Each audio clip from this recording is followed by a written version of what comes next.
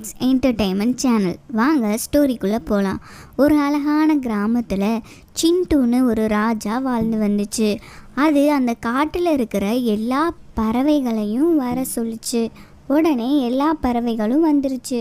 வந்த உடனே அந்த ராஜா, நான் நேத்து பக்கத்து காட்டுக்கு போயிருந்தேன். அந்த காடு பார்க்கவே ரொம்ப செழிப்பாகவும் அங்க இருக்கிற பறவைகளோட வீடுகள் எல்லாம் சுத்தமாகவும் நல்ல வண்ணங்கள் தீட்டியும் இருந்துச்சு.